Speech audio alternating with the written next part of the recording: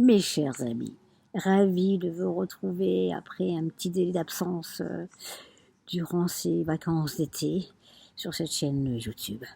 Avez-vous passé un bel été?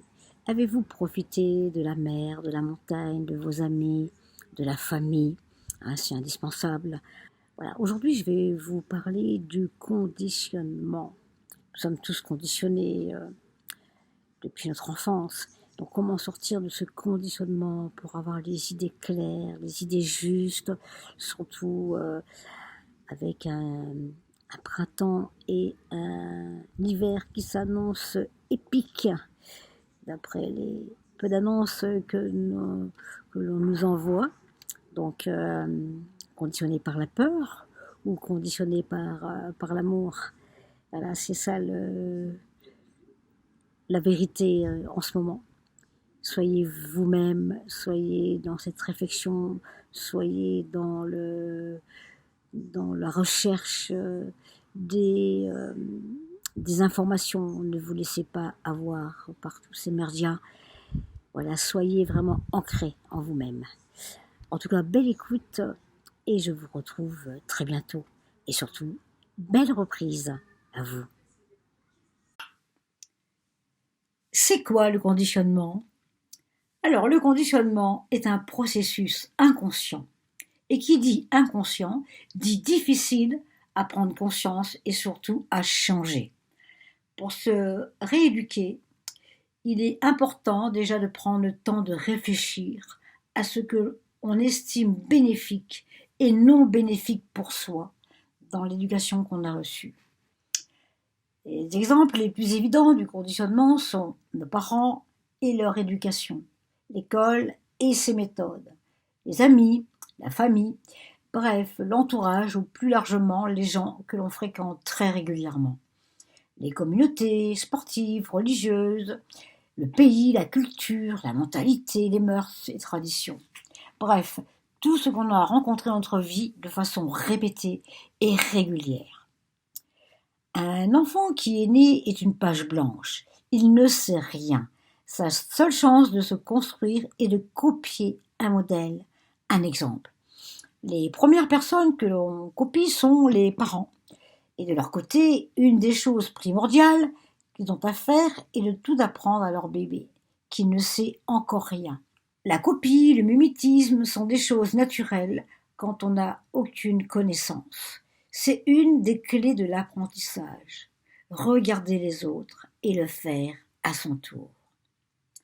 Depuis tout petit, on apprend donc en faisant comme papa et maman, qui s'appliquent à nous apporter toutes les connaissances qu'ils ont eues eux-mêmes, reçues dans leur vie, avec leurs propres parents, à travers leur expérience, etc., etc. On accepte inconsciemment le conditionnement de nos parents et plus tard de nos amis, fréquentations, car on a besoin d'être aimé pour survivre. Et on croit qu'en faisant comme l'autre, on va obtenir cet amour. On part d'une page blanche. La seule chose que l'on peut faire, c'est comme les autres. On écoute ses parents, on est éduqué, on apprend et on croit que tout cela va aider à être soi-même. Alors qu'en premier lieu, ça nous conditionne à être la personne que les autres veulent que l'on soit. Dans le langage courant, un individu conditionné voit en effet ses opinions, ses goûts et ses comportements déterminés par une influence externe.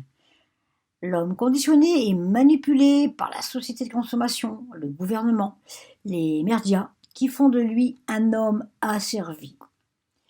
Il s'agit tout simplement de tout ce qui a eu une influence sur nous-mêmes, sur notre façon d'être, de penser, de voir le monde, bref, tout ce qui a eu un impact plus ou moins fort sur la construction de notre soi. Déjà, il faut savoir qu'à un moment de notre vie, on va se réveiller et se rendre compte qu'on n'est pas vraiment soi-même.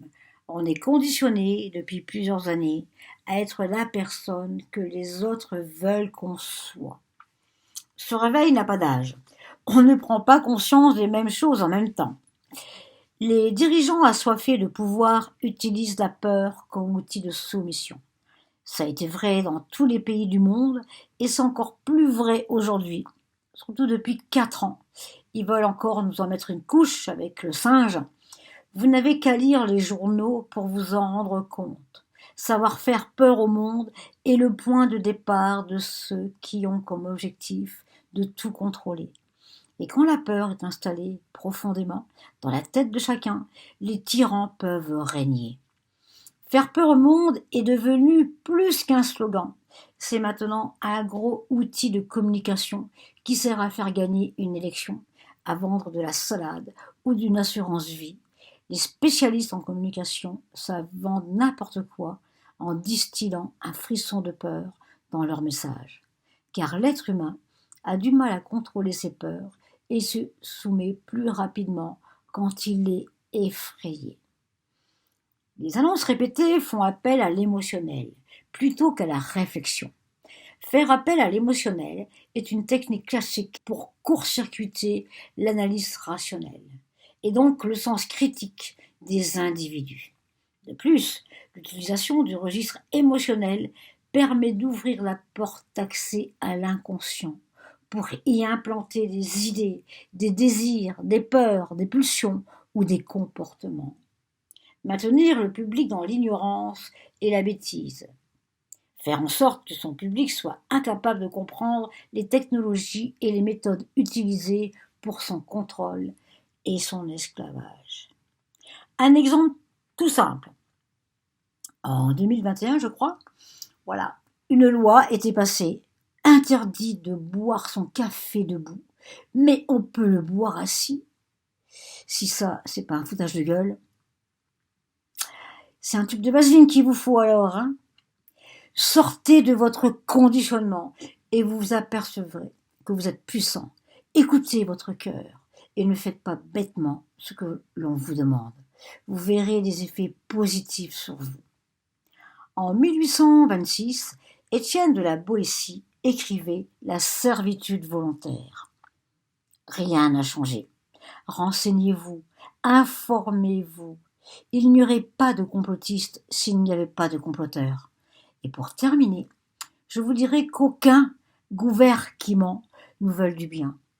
Et comme dirait notre ami Coluche, trucidé comme beaucoup d'autres, quelle différence il y a entre les hommes politiques et les oiseaux? C'est que de temps en temps, les oiseaux s'arrêtent de voler.